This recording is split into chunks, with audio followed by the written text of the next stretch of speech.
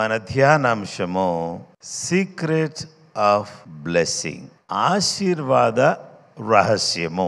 ఆశీర్వాద రహస్యం ఏంటి?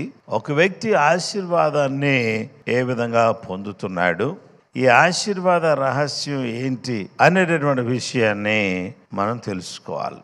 యోబు గ్రంథం 22వ అధ్యాయం 21 నుండి 28 వరకు.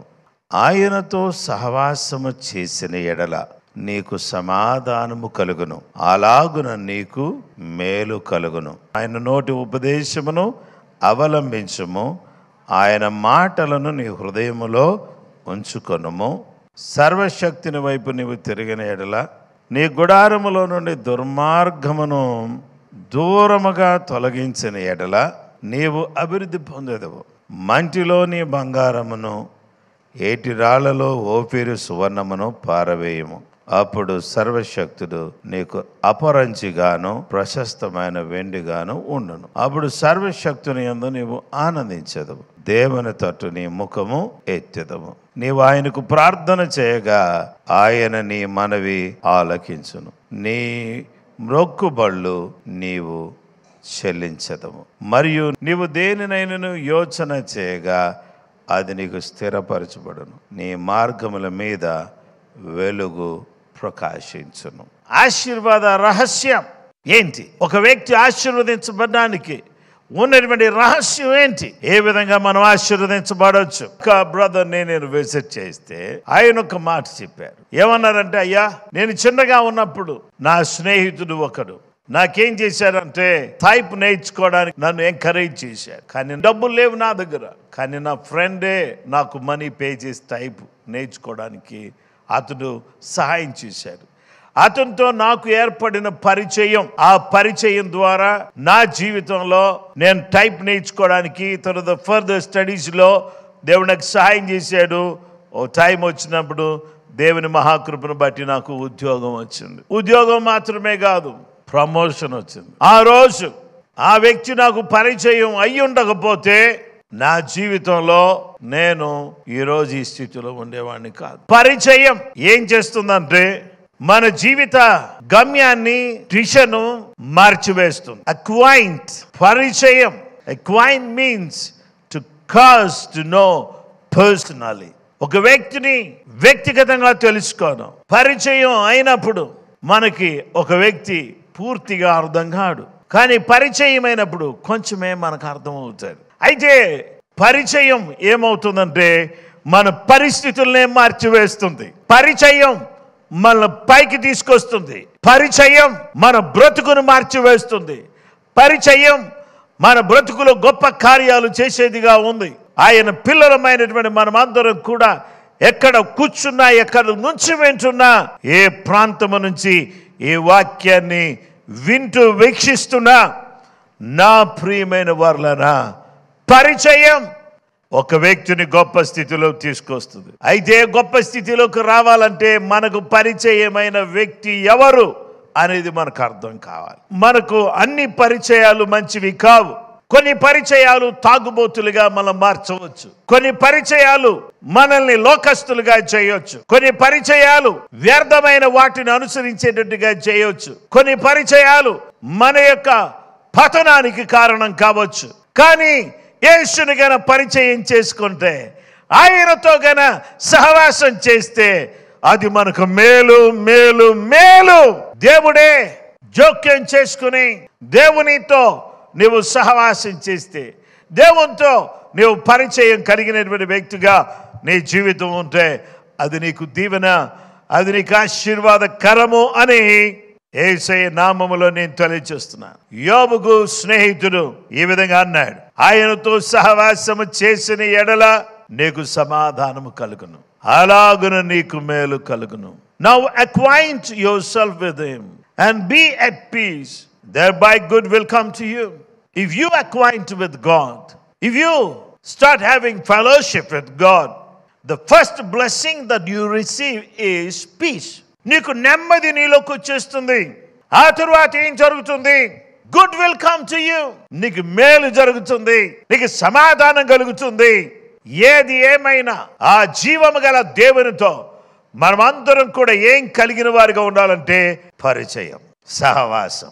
గనుక దేవుని పిల్లలమైనటువంటి మనమందరం కూడా రెండవ విషయం ఏంటంటే యాక్సెప్ట్, అంగీకరించుము. యోబు గ్రంథం 22వ అధ్యాయం 22వ వచనం. ఆయన నోటి ఉపదేశమును అవలంబించుము, ఆయన మాటలను నీ హృదయములో ఉంచుకొనుము.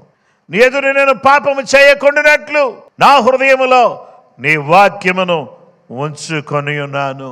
నీ ఎదురు నేను పాపము చేయకుండానట్లు నా హృదయంలో నీ వాక్యమును ఉంచుకొని ఉన్నాను. తన్ను ఎందరు అంగీకరించినో వారికి అందరికీ, అనగా తన నామమునందు విశ్వాసం ఉంచిన వారికి దేవుని పిల్లలగుటకు ఆయన అధికారం అనుగ్రహించెను అని యోహాను 1:12 ఈ మాట ఉంది. ఆయన అంగీకరించే వారికి ఆయన పిల్లలయ్యే అధికారం దేవుడిచ్చాడు. ఆయన అధికారానికి మనం లోబడాలి. We must come under the dominion of God. దేవుని ఏలుబడి కిందకి మనం రావాలి. ఇప్పటి వరకు యేసును అంగీకరించకుండా, యేసు పరిచయం కాకముందు మనం సాతాను అధికారంలో ఉన్నాం. యేసుక్రీస్తు ప్రభువుని ఇప్పుడు రక్షకుడిగా అంగీకరించాం. ఇప్పుడు ఎవరి అధికారంలోకి వచ్చామంటే now we are under the dominion of God. దేవుని యొక్క అధికారంలోకి వచ్చేసాం. దేవునికి స్తోత్రం. We need to submit ourselves into the loving hands of God. దేవుని ప్రేమ హస్తాల్లోకి మనం సమర్పించుకోవాలి. ఎప్పుడైతే అధికారం కిందకు వచ్చామో ఆయన అధికారం క్రింద మనం నిర్ణయాలు తీసుకోవాలి. మన డెసిషన్స్ ఎలా ఉండాలంటే దేవుని అధికారానికి విలువనిచ్చేవిగా మన యొక్క నిర్ణయాలు ఉండాలి. దేవుని బిడ్డలమైనటువంటి మనం ఆశీర్వదించబడడానికి రహస్యం ఏంటి? చాలా సింపుల్. ఆయనతో పరిచయం. ఆ పరిచయం కాస్త సహవాసంగా మారాలంటే రోజు ఇదిగో ఆయన మాటలు, వీటిని వినాలి, వీటిని అవలంబించాలి, వీటిని అంగీకరించాలి. వీటిని చెప్తున్నటువంటి మాటలన్నిటి ప్రకారంగా మనం జీవిస్తూ ఉంటే ఈ ఉపదేశాలన్నీ ఏం చూపిస్తాయి అంటే ఇది అద్దం, ఇది మిర్రర్. ఈ మిర్రర్లో మీ సహజ రూపం కనిపిస్తుంది. మీరు ఎలా ఉన్నారు అనేది సుస్పష్టంగా ఈ మిర్రర్లో కనబడుద్ది. మీరు ఎలా ఉన్నారు? How is your attitude, how is your life, how is your words, how is your character అన్నీ కనబడతాయి. దీంట్లో కనబడగానే ఏం పర్లేదులే అని చెప్పేసి అని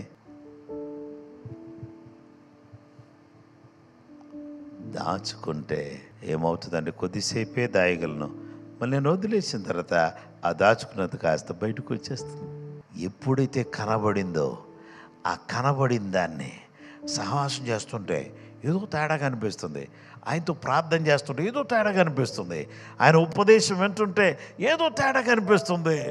కనిపించగానే ఆ కనిపించిన తేడా, ఆ కనిపించిన దుర్మార్గత, ఆ కనిపించిన పాపం, దాన్ని ఏం చేయాలంటే we need to put away. మనము తొలగించాలి. కనిపించిన దాన్ని, మన సాక్షి మనకు తెలియజేసిన దాన్ని మనం ఏం చేయాలంటే తొలగించాలి. ఆమేన్. Put away. యోబు గ్రంథం 22:23-26 వరకు, సర్వశక్తిని వైపు నీవు తిరిగిన ఎడల, నీ గుడారములో నుండి దుర్మార్గమును దూరముగా తొలగించిన ఎడల నీవు అభివృద్ధి పొందెదవు. నీవు అభివృద్ధి పొందెదవు. మంటిలో నీ బంగారమును, ఏటి రాళ్ళలో ఓఫీరు సువర్ణమును పారవేయము. బంగారం రోజు రోజుకి గోల్డ్ మార్కెట్ చూస్తే పెరిగిపోతుంది రేటు. పెరిగే బంగారాన్ని దాచుకోవాలే కానీ పారేస్తామా? అయితే దేవుని వాక్యం చెబుతుంది, మంటిలోని బంగారమును, ఏటిరాలలో ఓఫీరు సువర్ణమును పారవేయము. ఎంత ధనము సంపాదించినా, ఆర్జించినా, కోట్ల రూపాయలు గడించిన, హాస్పిటల్లో ఐసీయూలో ఉన్నప్పుడు ధనం ఎంతున్నా ఫారిన్ నుంచి డాక్టర్స్ని తీసుకొచ్చిన వాళ్ళు టెస్ట్ చేసి ఏమంటున్నారంటే the body is not responding to the medicine. మెడిసిన్కి బాడీ రెస్పాండ్ అవ్వట్లేదు కాబట్టి మేమేమీ చేయలేం. నీ మనీ నిన్ను బ్రతికించలేకపోతుంది. నీ మనీ నీకు ఏం చేయొచ్చు అంటే యూ ఫోమ్ బెడ్ కొనుక్కోవచ్చు, కానీ నిద్ర నువ్వు కొనలేవు. లగ్జూరియస్ అపార్ట్మెంట్ కానీ హౌస్ కానీ కట్టుకోవచ్చు, కానీ దాంట్లో నీవు హ్యాపీగా ఉండలేవు. నీ సిరి సంపదలు నిన్ను పాడు చేసేవిగా ఉండకూడదు. Your money must not destroy your self. నీ డబ్బు నిన్ను పాడు చేయకూడదు. నీ డబ్బు నిన్ను నరకానికి తీసుకుని వెళ్ళకూడదు. నీ డబ్బు నిన్ను తాగుడికి, చెడు వ్యసనాలకు, అనేక రకాలైన దుష్ట విధానాలకు దారి తీయకూడదు. నీ ధనం అది దేవుని మహిమార్థమై ఉపయోగపడేదిగా ఉండాలి. దేవుని రాజ్యాన్ని కట్టేదిగా ఉండాలి. దేవుని కార్యాలు జరిగించేదిగా ఉండాలి. దేవుని మహిమార్థమై నిన్ను, నీ కుటుంబాన్ని బ్రతికించేదిగా ఉండాలి. కానీ నీ ధనం నిన్ను దేవునికి దూరం చేసేదిగా ఉండకూడదని నేను జ్ఞాపకం చేస్తున్నాను. ఇప్పుడు ఇది ఆశీర్వాద రహస్యం. ఏంట రహస్యం? Very simple.